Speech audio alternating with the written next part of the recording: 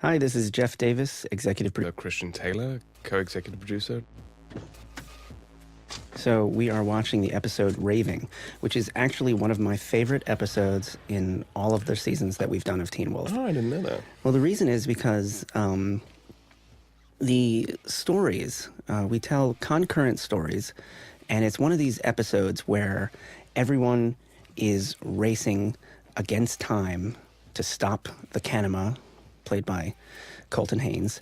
And it's one of those episodes where all of the storylines intersect beautifully. And as a writer, it's very hard to do. Yeah. Now, this was a fun, really fun set to shoot in. We had several locations actually in this one area. We met at the interior of the club. The sheriff's station is right around the corner, and right down the stairs is the subway set where Derek's lair was. It's funny because we wanted, what we do, I think, in the writer's room is we sort of figure out what sort of set pieces you say, hey, come up with really cool ideas. And, of course, it's sort of a cliche, but it was something that we had to address, especially for our audiences, to do a rave or a club or something. Yeah. So we chose to do something that was just a little bit different. And it was, I think we actually pulled it off really well. I think we did too. And here's a great scene it's one of these expository scenes, but it also introduces these characters as two people who care about each other immensely. And this is one of the best relationships to write in this show because they're so good with each other. These two have amazing chemistry, and I love seeing Stiles take care of his father. Yeah. Is that it on the board behind you? Now, what's going to be funny about this is we didn't have pictures of the actors, so what you're looking at there, those are some headshots. We literally, those two right there, we literally took headshots and put them up on the board. That's embarrassing. Oh, the tricks of the trade. The desperate tricks of the trade. You know what I always say. Now, the fun thing about our show, too, is that the parents aren't against the children. They'll get up from their seat and work with the children. Lyndon Stilinski can't help but say, okay, here's what I found. Yeah. And then Stiles gets into the scene. It's a little bit Hardy Boys to me. I think it's fun. And we make a really conscious effort to have the show be different in that way. Because a lot of kids these days, they're closer to their parents in a way that a lot of older generations weren't. Yeah, no, I think that's really true. Matt. What? How much are tickets? 75. Now, this is a little unrealistic because no rave is $75. How did we? I think that was when we had a bigger set. I think it was going to be a huge rave with a DJ that we were trying desperately to get a name DJ attached to this episode. And we had a couple at one point, but the schedules never lined up. So I said, all right, well, it's just an underground rave. Yeah. Oh, she was fun, this actress. Yeah, she did a great job. Yeah. She has a beautiful look, too. Yeah. Now, these are difficult scenes to write because you have to keep the scene moving, the story moving, but you have to give a lot of exposition at the same time. I call these take a meeting scenes. Mm-hmm. And the best thing is when you can, I believe the best thing is when a writer can make a scene like this revolve around something visual, the map on the board, all the photos and stuff. And now they're pouring through information. It's best to keep them active. If you just have two heads talking to each other, the audience gets bored. You also rarely let us do these types of scenes, which I think is actually really smart. Or you have not only I think this is actually fairly. You have multiple things happening in a take a meeting, so you don't really realize you're having a take a meeting scene. What you do, the trick to that is, you end each little part of the scene with a question. So the audience goes, well, what's the answer to that question? And then you cut to another scene, and you can have that scene play out as long as you want, and then you cut back to this. It's great. All right, give me the 2006 yearbook. These names, we need faces.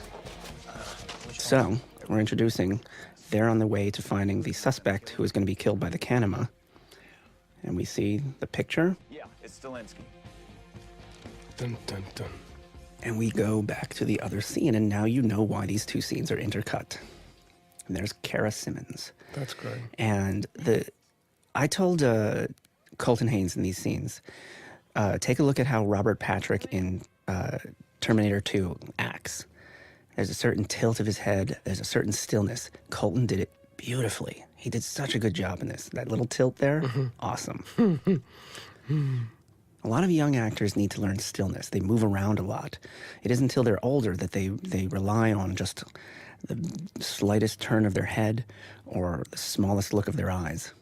I love this. Colton's got it, With yeah. a little touch. A little touch. You know what that's an homage to? Silence of the Lambs? Yes. Clarice. Let's go. Let's get out of here. Let's go. We do a lot of homages in Teen Wolf. This is a great Some shot. people might call it ripping things off. We homage. That is a beautiful shot. As soon as we saw that elevator on the set, we're like, we're gotta setting use it. something there. Gotta use it. Gotta use it. I turned to the location scout and I said, does this work? Perfect. Now, I was going to ask you, what are we going to do now at season 3, now that Colton's not on the show? What's the plan? You don't have to answer it if it's... Well, it depends. I was thinking we'd put other recurring or series regulars in this, but we're definitely going to change the main title sequence a bit. Now, I remember when we first saw this, and I Yes. said to you, it was all red, and I said, we can't do red, it has to be black oil. Yeah. And I think I it love worked it. really Yeah. well. Because we don't want to be associated with Vampire Diaries. No. Even though we love people on Vampire Diaries, we're all friends with them. And that is, I always like to give young actors a chance. That is Adam Baclini, who was a PA on the show and said he was trying to act. I said, we're going to put you in a scene. Now, this is a tough scene to shoot, and we did a lot of takes of this. And I remember saying to J.R. Bourne, when you say the line, who controls the Kanema? I said, give me the trailer line. I said to him, I want to be able to cut a trailer with that. South American legend we know of calls it the Kanema. Now, this is all based on a real South American myth, the Kanema. Of course, in South America, it was a were-jaguar. And what I wanted to do here was do a creature that was more lizard-like, more snake-like. There was a movie that left a big impression on me, Conan the Barbarian.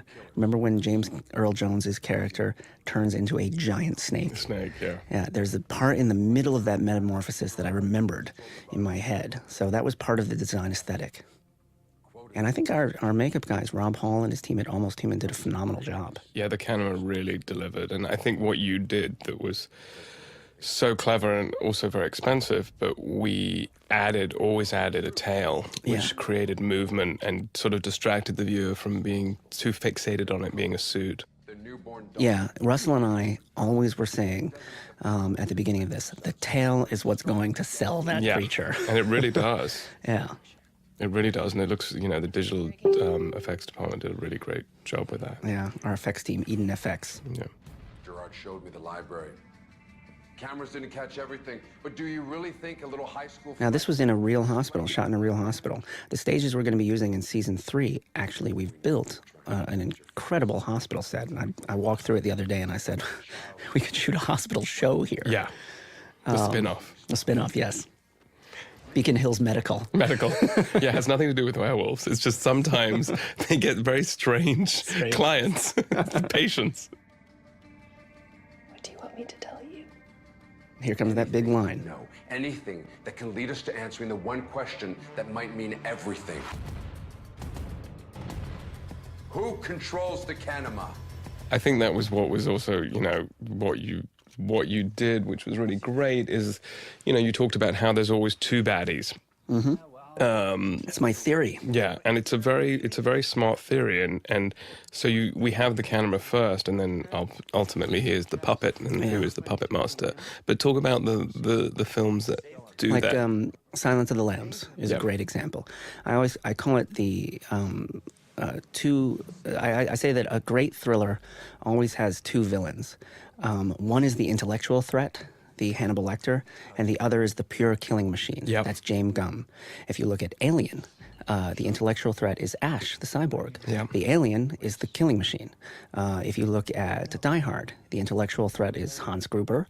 The pure killing machine is the tall blonde Yep. who has the big fight scene with Bruce Willis. It's very smart. Look at that face. That kid's these faces were made to be in front of a camera. Yeah. I hate them. Does that go for Jackson as well? No. Tyler Hoechlin cannot look bad. I know. I've never seen him look bad in his life. Only when he sulks. Now, this is a fun scene to do because we start to cue in the audience on who this character really is. Now, take a look at that. That is Cernunnos. It's shown very briefly on screen, but Cernunnos is a very important god in our mythology. It's a druid figure.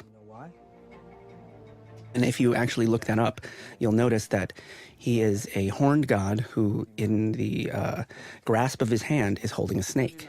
And the idea behind that is that someone controls the snake. Someone is the master of the Kanama. That's why we chose the medallion of Cernunnos. Does that mean your father was a murderer? I think what's also fun about a show like this is you can pull all these different mythologies and things and reinvent them and freshen them up and weave them in. You don't have to be literal about how you're telling, how you're, you don't have to stick to the rules because we're creating new drama. Yeah, and that is Rowan ash, mountain ash. And the mythology behind that is that it can trap a werewolf. Mm-hmm. Both of them. And that's the plan of the episode. And what I was talking about in a previous commentary was some of these episodes are always strongest when the A story, the main story, the driving force of the story, is a very simple idea. Trap the Kanama and its master. Right. There's got to be some other way to get tickets, right? And there is Stephen Lunsford, the master of the Kanama. The master of the Kanama. Now, if you haven't watched the entire season, I just ruined something for you. So please don't go back and watch the season. Please go back and watch the season first. Seriously hurt? I was in the ER for 6 hours. Hey, do you want In Stephen, I remember when Stephen first came in, and I was like, he's the guy, and the network was concerned that he was a little too old. Mm-hmm. But I think he's a really, really accomplished actor. He is. And he really pulls it off at the end of the season because he has a lot of very complex stuff to do. Yeah. And we only thread him in very lightly, and then he suddenly had to sort of ramp it up. Yeah, I told him episode 10, get ready, you're going to have a massive monologue. Yeah. be there to make sure it happens? Now, the editor and I spent a lot of time looking for songs in this episode for some reason. Where the hell Jackson is and why he missed morning practice. I thought I told you to keep... Thanks to our music supervisor, Laura, we fill it up with great songs. And an episode like this, where it takes place at a rave, you have to license a lot of songs. Yeah. And you hit your budget really fast. And a lot of people don't know just how much licensing a song can cost for a show like ours. It's crazy. That's why you'll watch it on TV and it'll have one song, but then on the DVD version, it'll have a different song. And what's funny is there is a song in this on DVD version. I like the song in the DVD version better than the song that was in broadcast. Yeah. Oh, really? And you devote your life to absence. On this particular episode? On this particular episode, it's called, and you'll hear it, okay. But it's a song called Phenomenal by PP Music. What are we supposed to do? And that happens quite often, actually. Oh, yeah. Yeah, so we're lucky that we have a great music supervisor who can choose a lot of different songs for us. What is he doing? And yet again, with our crew, a wonderful person. Yes. Now, what's great about this is we get to do moments of humor like this. And they kept asking me, now, what do you want to see of the fight? And I said, I don't want to see anything of the fight. It's funniest if you just hear the sound effects. Yeah. It's classic Abbott and Costello humor. Now, this is one of my favorite songs in the episode. Laura actually played me this song that comes on during this scene. I'm sorry, I know. Before we'd even edited this episode, and I said, find a place for this song. It's perfect. And it's called Addicted. And it's very much about how these two are addicted to each other. It's not this song. About the last two murders. He knows that there are two killers, and he... This is actually the love theme between Allison and Scott that's done by Dino, our composer. And he is constantly redeveloping his music for different moments. And he does a brilliant job of it. You remember when I got called out of detention to go to the office? He really, he's really good. Yeah, this is a guy who works out of a studio, out of his house, and makes the score seem like it's literally an orchestra. I don't know how he does it. It's a lot of late nights. Sharpen. Pencils? Just trust me. It was bad. It's so funny watching scenes again and being there the whole time. Mm-hmm. I think that we should do something. Well, this is the funny thing is, this is Scott telling Allison, we need to hang out with other people. And what's fun when, as a writer, is to do scenes like this that are sort of humorous, sort of touching, sort of they're trying to do what's right for each other, and it all comes crashing down later in the episode. Well, I don't know how it happened or why I even... One of the things I love about Russell is he always chooses the right moment to move the camera. And I said to him, make this a big sweeping moment when they kiss each other, make us fall in love with them again, and watch when he moves the camera. Make a big deal out of it in front of your mom. Okay, even kiss him if you have to. And it's on the kiss. Kiss him. And right after the camera move is when that song comes in by Morgan Page, totally. Addicted. Like, really kiss him? I think the interesting thing about the show too, I think you wanted to do romance, but we're very judicious with the romance. Yeah. Because otherwise it would get sort of... Soap opera-ish. Yeah. Now watch this camera move. Oh, that's right great. in there. And we have great camera operators, and they know just how to move the camera. It's a simple move like that that takes you right back into their relationship. And it's little things like that that really affect a show. Another show would just leave the camera on the tripod as they kiss. But choosing the right moment to move it, the right moment to turn around, or pan, or push in on a close-up. That's why you need a great visual director. I gotta go. I remember giving them notes on this next moment, and I wanted it very specifically the way it was shot. I said, I want to see her face in that window, and I want it to look like she is literally shooting laser beams with her eyes. Now watch.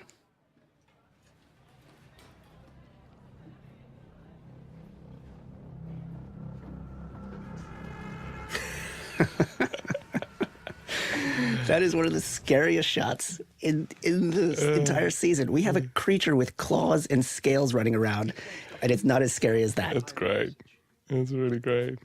If you can get close enough to Jackson, it should slow him down enough to buy you some time. This. All right, now this is a really fun scene because Seth Gilliam is a theater-trained actor. He was on The Wire, a phenomenal guy. He is great at delivering lines like this. That's a pressure-filled task for me. We often talk about him as our Obi-Wan Kenobi. Which is believed by many cultures to protect against the supernatural. And I told him the other day, as we were on the set of season 3, I said, I need a guy like you who can say things like, use mountain ash to trap the werewolves and make us believe it. Yeah. And he laughed and he said, okay, I get that. It's funny. Not all there is. Think of it like gunpowder. It's just powder. It was a great moment by A Styles. spark ignites. Watch Dylan. You need to be that spark, Styles. If you mean light myself on fire, I don't think I'm up for that. He's so good. And look at Tyler's look. Yeah, they work so well together. When you find two people like that who have such good chemistry, you constantly pat yourself on the back for putting them together. I said to them often, they're like, you guys are like the new Coreys. And they're like, who are the Coreys? Like, watch The Lost Boys. Watch The Lost Boys. You have to believe it. You have to believe. Now, that's a very important clue to this story. Because a lot of people after this episode started to think, well, is Styles a witch? Is he able to perform magic? And no, what he's able to do is create a mountain ash barrier because he's a human. I compared it to the character of Perseus, who, of course, was half god, half human, but Perseus was given gifts from the gods to protect himself into battle. He was given a sword. He was given a shield. He could only defeat Medusa with the shield. So that's the character of Styles. He's like Perseus, who has to be given the gift from the gods in order to use it. I want to ask you that. You know, we did these little breadcrumbs of the pill box throughout the season. Did people, because I wasn't watching the chatter, were people picking it up or were they? No, they weren't. A lot of people said, why does he keep taking those pills? What's in those pills? And I really loved the fact that we were able to pull the wool over pretty much everyone's eyes. Great. And have that last twist. And it's something we thread throughout the entire season. Hey, can't talk, gotta run. I love this scene. Yeah, this was one of my favorite scenes to write between them. And it's a scene that is between a father and a son. And your first instinct as a writer is to write it so that dad is yelling at his son, what did you do?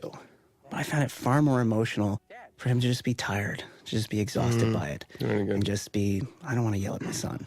And look at Lyndon. These two look like they could be father and son. Yeah. It's a really nice scene. It's interesting, and sort of, you know, a lot of the part of my job on this was after, you know, we came up with episodes, was actually being on set and watching, working with the directors, and then sort of Giving notes to the actors. Yeah, and you have to do it in a way that doesn't interrupt the process. Yeah. Because I know your process and know what the story we're trying to tell. So we're sort of trying to track things. And then, and I've done a lot of that on other shows, but it was like this one moment I remember the end of the scene, we have this garage door, and I just said to Russell, I said, just close the door at the end of the scene. It's perfect. And because I was like, that's production value. Yeah, it's production value. You know what else it gives the feeling of, too? It gives the feeling of a curtain call. Exactly, yeah. So you feel like one moment has ended, and it's an act out, almost in a play, and you know it hasn't ended well. And I love this song. I love this Yeah. Anthony and the Johnsons. We went right? through a lot of songs, and when I heard this, I said to my editor, I was like, this one's perfect. Oh, that is beautiful. Yeah, that's a great idea. Christian. Well, because it was just simple, but it just puts the barrier between them. Yeah. You know, it was fun.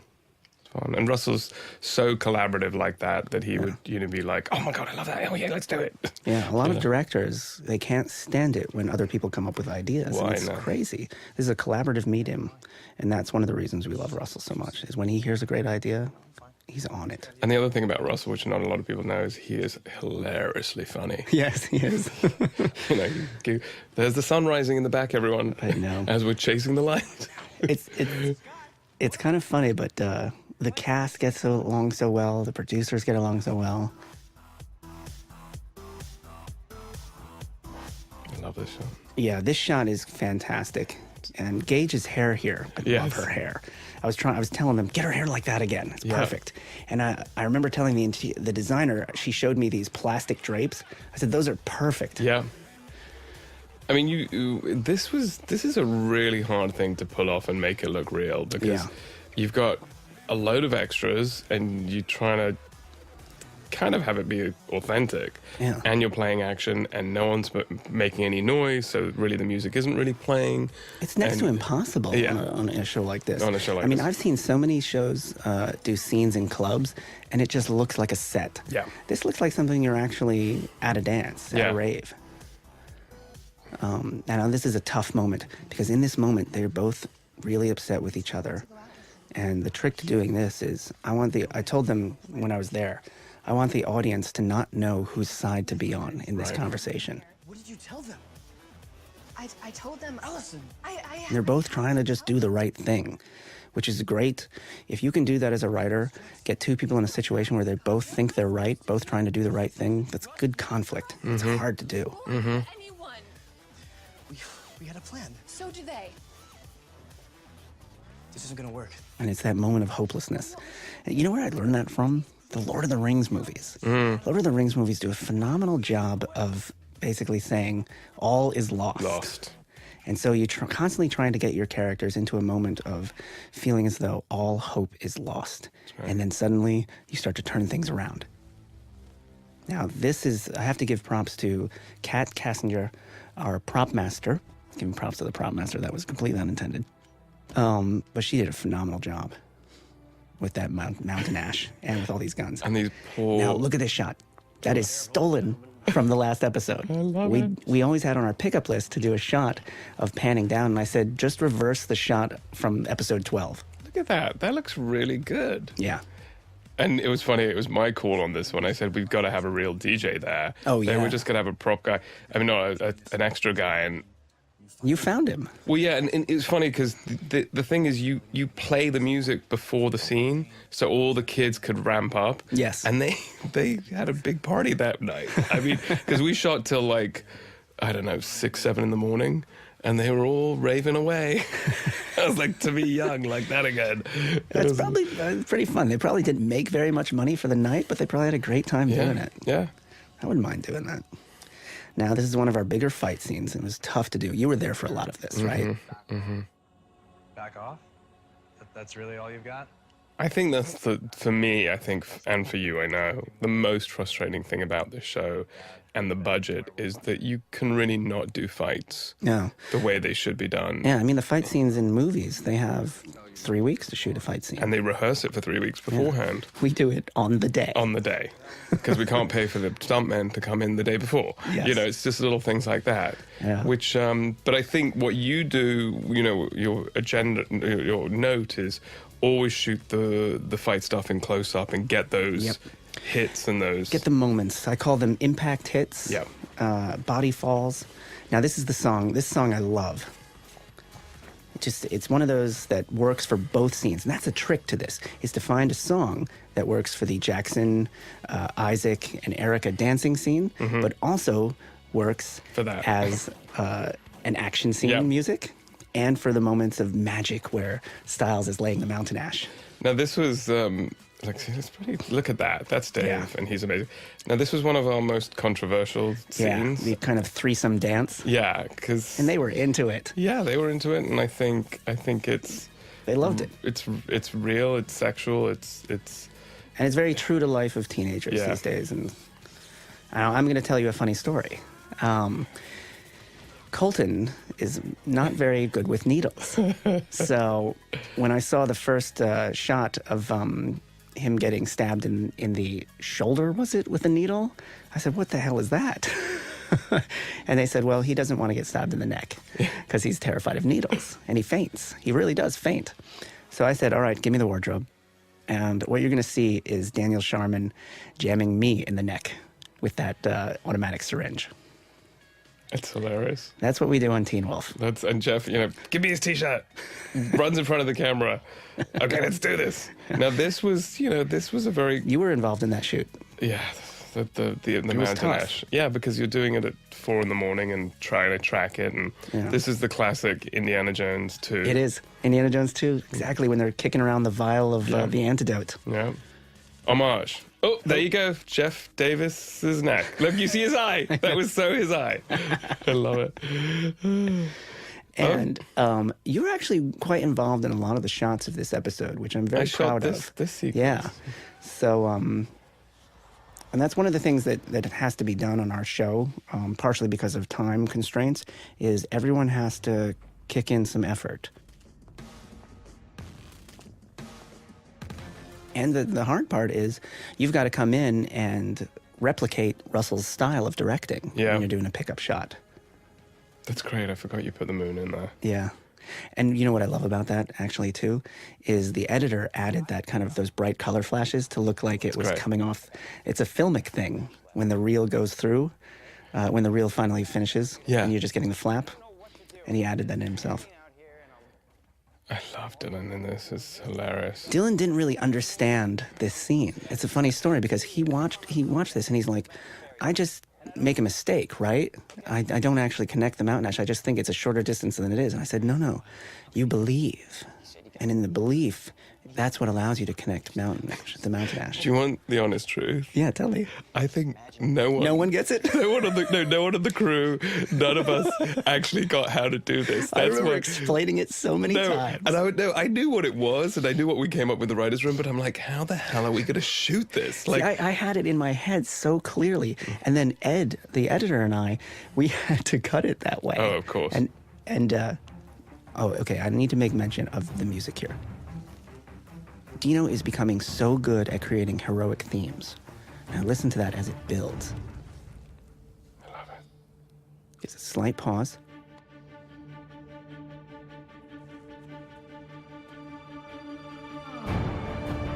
Right. Hear that?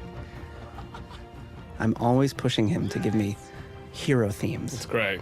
And we fall in love with Styles again. Yes. And he sits on the car and that was a completely improvised moment. Yeah, completely improvised. It was beautiful. And I love that they sound effects added the car horn. Yeah.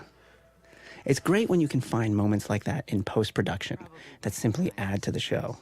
This was a clever scene because we wanted to make her really a bad girl before Yeah. she goes away so that the audience could let go of her.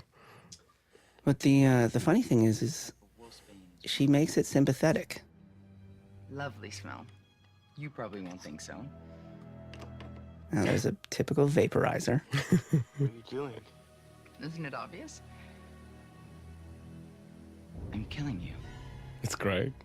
You want to know something funny? What? Homeland used that very same line. Oh, yes, they did. Yeah. And I hear Howard Gordon likes the show. That's what... I heard that too. Him and his wife watch Teen Wolf, In apparently. the scene where Brody kills the senator, he says, "Don't you get it? I'm killing you." Yes, I remember that. Now, this was a really fun scene to do. It's so good. I call this the kind of hypnosis scene.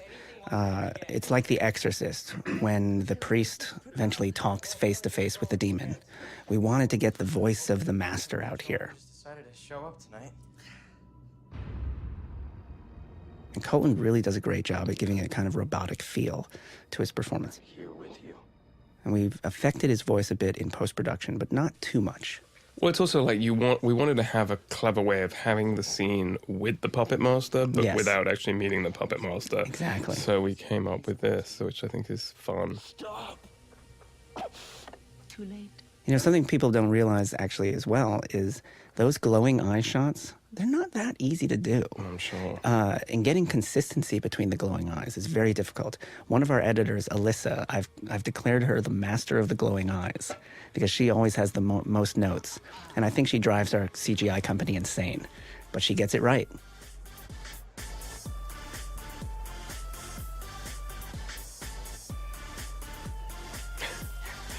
Oh, I love it when actors dance. You suddenly realize, oh dear, no. That is a fun scene to do, where Harris is in the rave with the kids. You almost don't recognize him without his glasses. Yes. He's 21, I love it.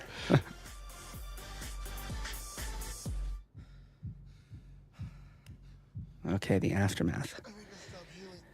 And this is I described this to Russell as this is typical Western, you know? It's the high noon meeting, and then the shots fired. They back off into their corners, waiting for round 3. Somebody's got to go away. Somebody's got to take the fall. And they do a good job with it. Now, that's a beautiful shot. Jackson. See, looking right into camera. That's a brave thing for TV to do. They don't often do that in TV. No. We call them the Silence of the Lambs shots. Because if you notice in Silence of the Lambs, shots of Hannibal and Clarice talking to each other, they are staring right into camera. It's phenomenal. It gets you right into the scene. See, we got a little rule book that says you only go after murderers. What's amazing to me in this is Dylan is such a pro now. Before Teen Wolf, he had done a web series and a bunch of YouTube videos. And the level of talent he brings now to every scene and complexity to it always amazes me. Wait, what? What do you mean? He's so good. They murdered me. Now, see, this is a fun thing to do with for writing is essentially he's telling the truth. They murdered me. Right. He's not telling the part where he was resuscitated. Yeah. Oh, and that was one of my favorite aspects of the CGI as well, when Colton's eyes change.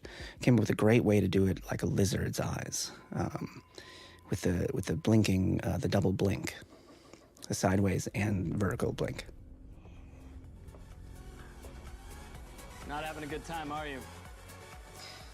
Ever feel like you have... This is one of the things that I love about this episode is we are telling several stories concurrently, and they seem to fit seamlessly together. You know, you're as much interested in one as the other. Basically, the whole episode is the end of Return of the Jedi, basically. Yes. But who cared about the Ewoks? Oh, Well, when I was 10 years old, I cared. But it's hard to do an episode like this. No. And when it comes together, you sit there and think, how did we do that? And to sustain it. And, obviously it doesn't work for every episode because people's heads would explode, but... More ketamine. The man needs ketamine. Come on. Look, I love these things of when it's like three of our actors in a little bit of a like, oh God. Yeah. Now this reaction here is perfect. Okay, out, everybody out. Go. And then you make them laugh, and then you scare them again.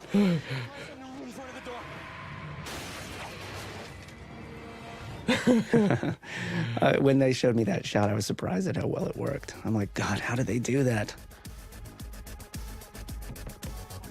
5 minutes. Now this is making use of our small sets. This is actually a very small location. And here's some really good CG work here. That blood looked phenomenal. How we got away with that? I don't know. I think partially that's a beautiful shot. That's great, isn't it? That's Russell. Those pullbacks and everybody walking by. You know who did that really well was Hitchcock, and we talked about that. There's an old Hitchcock movie where this woman has just inadvertently murdered a guy, and she walks out into the street just as the theater's getting out, and all the crowd surrounds her. They've just seen a great movie, and everybody's smiling and laughing, and she's walking through it like a person in a different world. Now, this is another great Dino theme, and it carries through all of these moments. Oh my God, it's working. The sun's coming up there too, isn't it? Yep. Oh yeah. This was the last stuff we shot that night. Beta. But what are you, Scott? Because we knew that Edie was going to not make it through the rest of this season, we really wanted to give her a big speech. And she does it beautifully, doesn't she?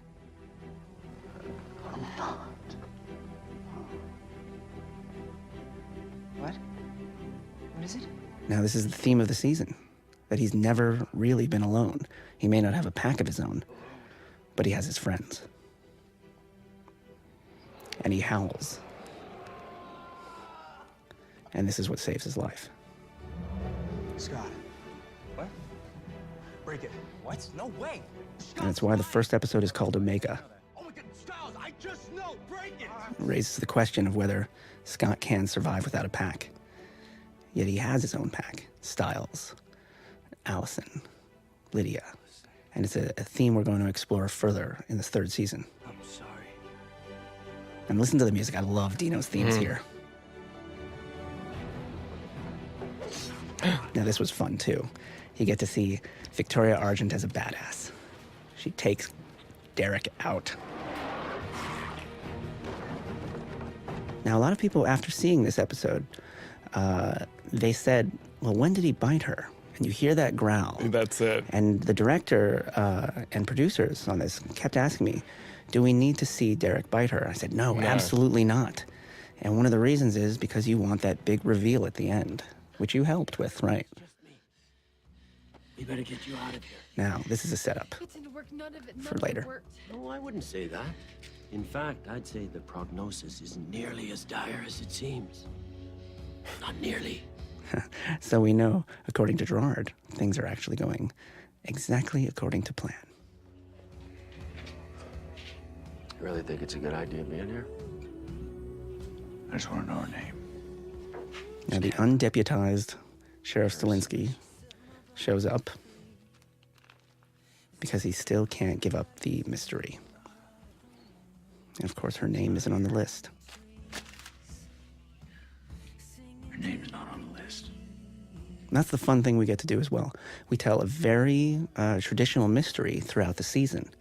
And I think that's one of the fun things about our show, is that we keep the audience guessing. We could just do an operatic horror show with werewolves, but I think the mystery's fun. Yeah, no, that's really what you Who's the you killer? Yeah, you set as a sort of great sort of through line for the season is the mystery. Yeah.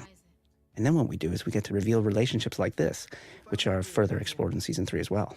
I'll make an appointment with the guidance officer. You know, the other thing that you haven't talked about, but the thing of you saying each season is a film. Yeah. Each season has a 3-act structure, and talk about that. Yeah, we consider that the first 3 episodes are the first act. the middle 6 are the second act, and the last 3 episodes are the third act. So I always notice that a big revelation is going to happen at the end of episode 3. A big revelation happens at the end of episode 9. And 10, 11, 12 are kind of a rocket ship on the way to the end. Now, I love this scene. Yeah, it's and you and Russell were together on this and choosing the shots. Well, I think Russell was really on it, but I was there and just, I remember though when the bite the bite arrived, it looked like a shark bite. Oh, it was a shark bite. Like it was her whole upper torso. And I said to the guys, it's like, there's a shark bit her. Like, so we had to send her back. And I think we altered it a little in CGI too, as well. But here's what I love is we've got the perfect match of actors here. Look at JR's face. He's doing a brilliant job. And this song, chosen by Laura. Perfect. Beautiful shot. And beautiful editing. Yeah. And that is Raving. Awesome. Thank you. Thank you, guys. That was a lot of fun.